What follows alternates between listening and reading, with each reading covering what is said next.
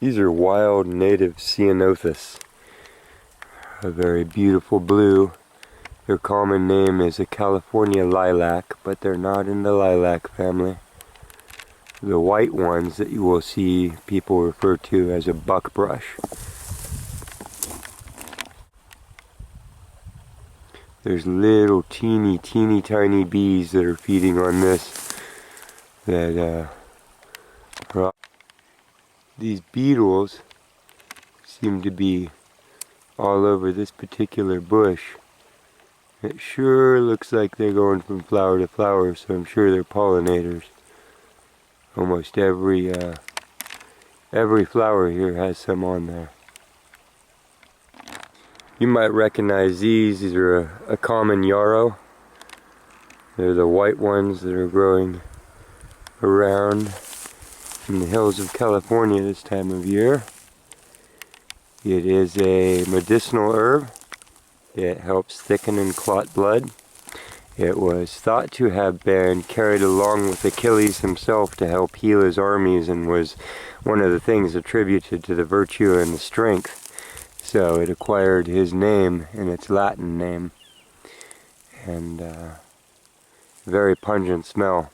If you drink Coca-Cola and you're wondering what the secret herbs are, you're looking at it.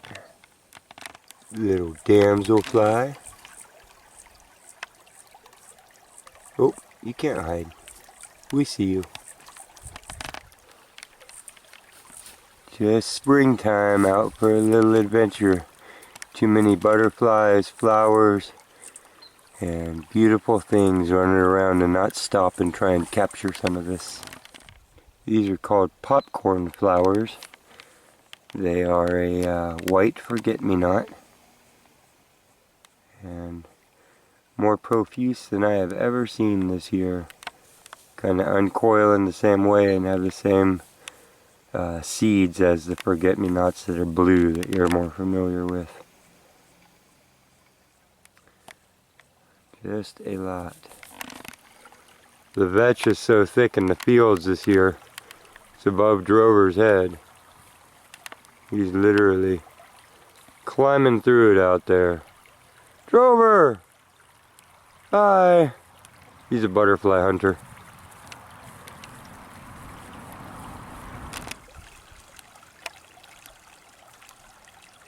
Coming down to the gravel to get their little drinks. See if I can get it close up here without disturbing him.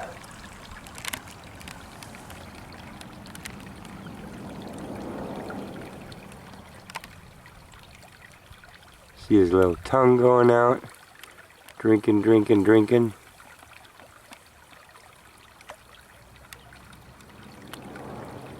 You're beautiful.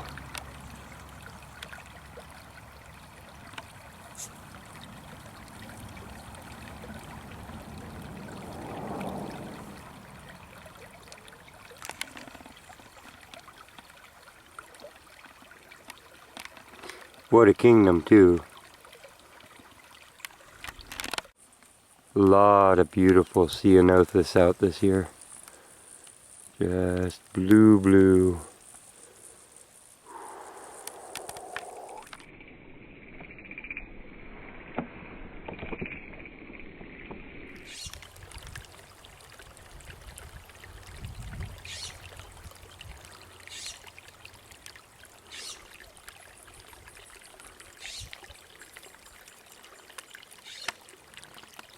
So these are called a woolly sunflower. They only get about knee high. Let me show you Drover in the shot here. But this year, they're a little perennial bush, and after the fires out in this region, you can see their little green part gets about this high. And then this shoots up during their bloom. And they are the most profuse thing that you can see. Is the yellow in the background on the hills here. Those are all them. Literally eating the mountainsides. Try and get some good shots here. And this entire valley is actually lined. That's the yellow that you see everywhere, is woolly sunflower. You can get the scope and the scale of that. There's a mountainside of them. And just when you thought that was done, you realize that all the mountainsides are covered with them. So the sunlight that was being blocked by the trees in the upper canopy is gone now. And they're just exploding out with the light energy from the sun coming down on them. Very, very intense, very beautiful.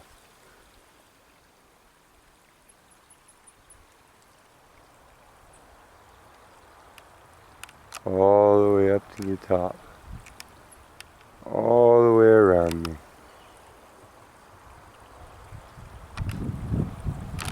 The ground under my feet is no less impressive. There's really only different types of flowers here, all mixed together to form this ground cover.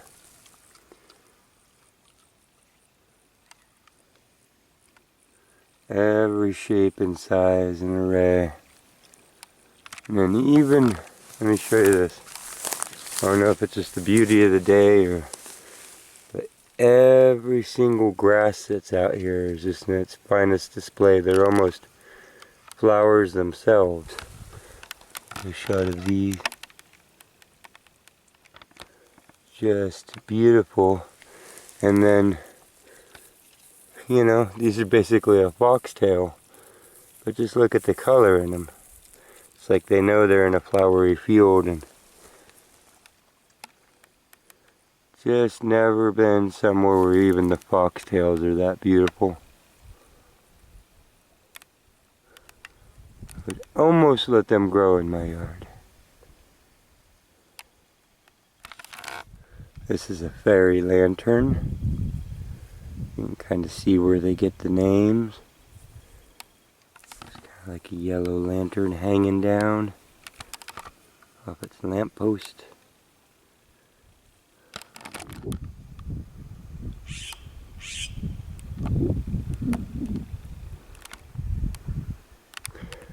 The purple and the yellow mixing together. Yarrows, the whites. Look at that little lair. Wonder who lives in there.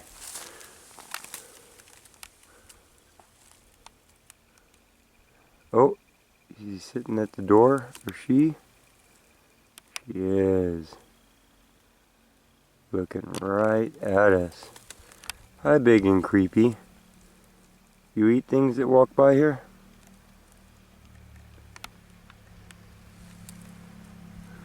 Cool web. I bet you it's attached to even the grass I'm leaning on, huh? Let's get really creepy. I guess if you're an entomologist, a bug person, it's not that creepy, but to me, you look a lot like Shelub, and I don't want you to drag me down your little cave. I believe this is just a wolf spider. That's what the coloration looks like, but out in its natural environment instead of my bookcase. So, nice. I believe these are a wild morning glory. Looks like they're bunched up still, but getting ready to probably vine out and expand. So they have their little patch on the bare edge of this marsh here. Everything, each flower likes its own level of competition, its own level of light. So they kind of break it up into taking turns and rotating areas depending on what each other's doing and what the environment's done. So you can see them. It's not really that they're choosing an area, it's that they are able to get the right conditions to sprout in that area. A seed can lay dormant in the soil for so long And that's part of their purpose of laying dormant, is to wait for the right light exposure and the right wetness and heat of the season and all the variables. And when they have that, they go ahead and pop and start their life cycle.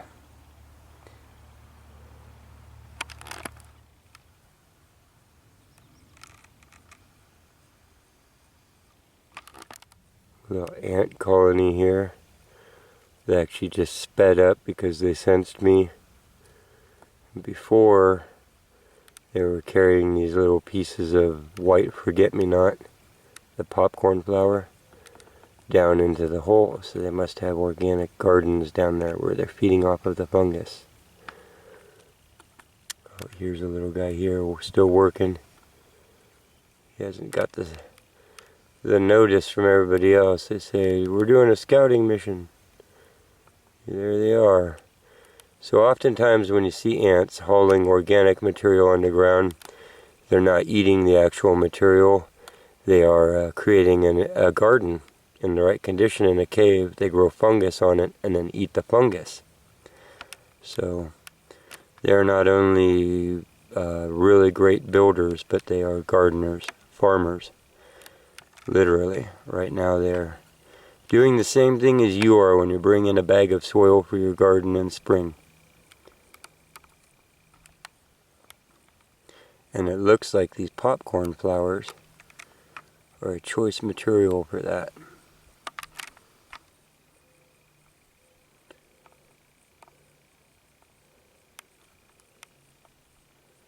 Off it goes down into the hole. And you can see, one of the ways you can spot ant piles is by the duff. So as they sort through their stuff, they leave tailings piles, the scraps, thrown out in heaps. Mitten.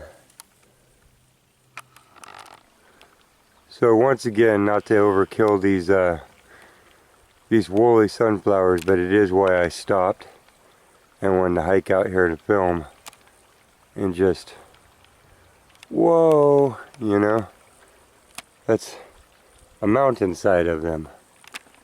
And if you follow along, that's also a mountainside of them. And in the background, way, it won't even focus for me. Those are them. They are covering the world out here. Okay? And then all the way back to where we are, whoosh, and they're humming with bees. Probably talking too much for you to hear that, but they are humming with bees. So out here, the bees are doing pretty darn good. Just, God. And then look at the ground. This is where they've seeded last year and resprouted. So these are like biennials. They'll take a couple years to get up to veg size and then bust out into their bloom, but they don't die, they perennialize. These will die back and then the mother plant will keep going. But I recognize these, I deal with them all the time out here. They're one of my favorite little flowers. And that is them.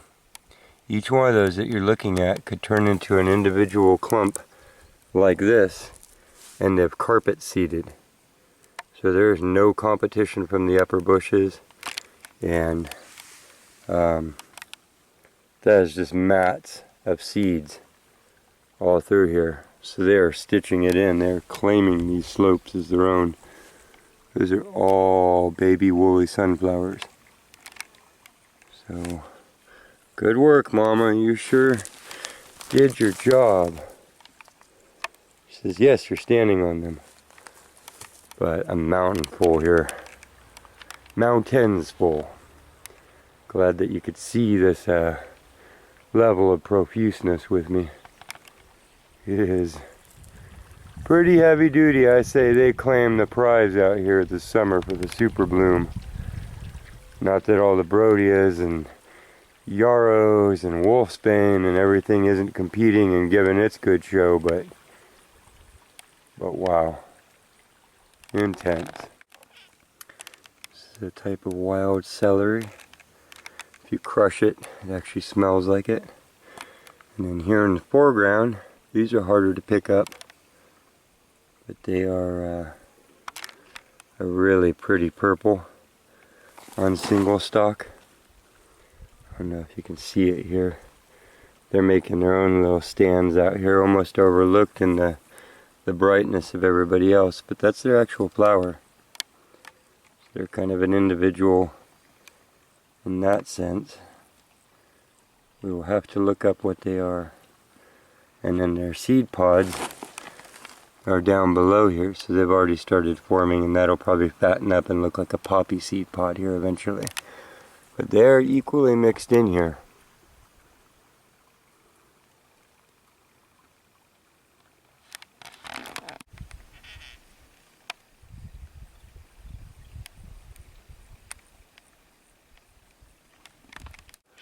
Wow, these have to be kind of rare. I do not know what they are, and there are only a few of them out here. Good God, their color. That's another little gem adding to the joy. Now this was blending in, but it is not a sunflower. Totally different creature. Very pretty. I like the little staggering on the petals there. And there is its veg. Not real impressive this time of year, but you see it was just a teeny tiny little rosette cabbage and then spring out. That's what everything here does basically. So you can wander over all these flowers all year long, not knowing they're there, and then they pop out and do this.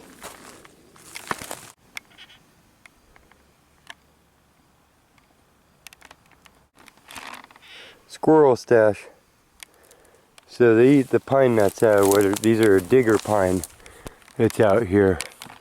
And you can see that they've sat in this one and eaten and eaten and eaten and eaten, and they create these little buildups at the bottom. So those are all chunks of the pine cones that he's pulled off one by one by one. That's what they look like when they're stripped down. You can tell because they that many of the pine needles. These are really, I can't rip that off. That's really, really strong. So somebody sat here with his little rodent teeth and taken them all off, and there's a big fat juicy nut in the bottom of each one. These are of course the little spikes that go on it, and you can see this is an age-old thing. This is the actual shell of the nut. Inside there, the little white pine nut like we would eat. See if I can find a whole one here. No, pretty diligent. But if you can look at that mitten pile, it's just like the ants. Here's all his little centers. My mom used to call these owls. See how it kind of looks like an owl when you turn it upside down? Got the same kind of patterns and stuff. So I've seen a lot of craft projects made out of them. And that's where you get them all fresh and not turned gray, is you have to have a squirrel chew them off for you. Put the owls at the base of the tree here. But mama, it's funny that little rodents run around and make owls. And then these that you see here, I'll show you these later on in the season. They're not very significant right now, but oh, they're my favorite. They're another type of sunflower, and they get almost chest high and have about 700 blooms on them, all about that big around. Actually look like a flat little sunflower, and they are so profuse right now that I can tell it's going to be a heck of a year for them. But side note, I'm also hearing warning shots.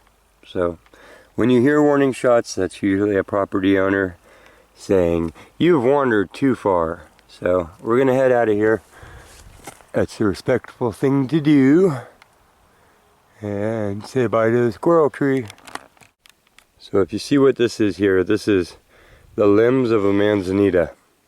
When the fire came through here, it burnt it, killed it, literally burnt through the bottom of the trunks to where they splayed out and fell over. So grass usually eats the meadow areas, and wildflowers actually have a hard time competing with grass. There's certain varieties that enjoy doing it and do thrive, but you'll find in an unburnt area a lot of your wildflowers hanging out right at the edge, right in the zones that are changing from bush to grass, or anywhere where it's been disturbed. What's happening here, as I've stated before, is that the bushes are actually gone, so the one or two little guys that sat under here the whole time, girls, whatevers, throwing seeds that laid there dormant in the soil, now are getting the signal of go, go, go, because the upper canopy's gone, and the grasses haven't leaned in here and overpopulated it yet. So this isn't always going to be like that. The grasses will win here and create more of a meadow, and the flowers will retreat to more singular specimens under the bush edges again, like it was up here for so many years. But right now we're getting displays like this at the end of a drought, recovering from a fire, and just pretty phenomenal.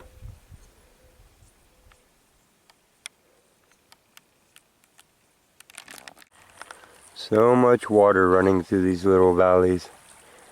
This is what it would look like more often. So if you're not seeing this in your environment, it's because people have come in, and that's the first thing they do, is make arable land. So they'll choose one side of an entire meadow like this and trench along it. Just an old-fashioned thing to do. It's what was always done, no evil intended, but to dry it out. And so then all the water in a flat plain like this is all these little cracks coming down from the hills that you see have created this silted in area that is so rich, and it just spreads. It breaks, turns into 3 streams, comes back down here, joins back together, splits up again, real meandering, soaking into the land, going really slow, giving everything a chance to absorb it. And what we like to do is come in, choose one spot, dig a deep ditch, which is then going to be super erosive because it's all condensed. The water moves faster, it drains out the fields, and we've done that everywhere. So like I say, basically, instead of trying to explain where we have done it, if you're not looking at meadows, you can go to the national parks and see this in rare spots on private land, and it should look like that. A stream should split 20 times across the field and just meander back and forth and join and rejoin and change direction constantly. Anytime you see a straight ditch running out, they've just drained the field. So just wanted to show that it is a pristine area here, very beautiful.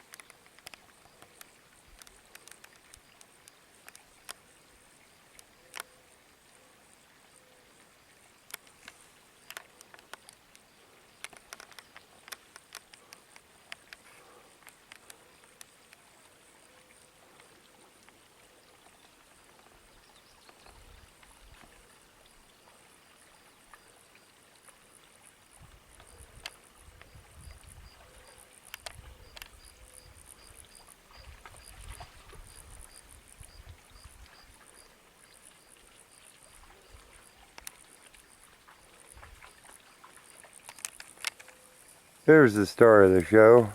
Get more pictures of him than me.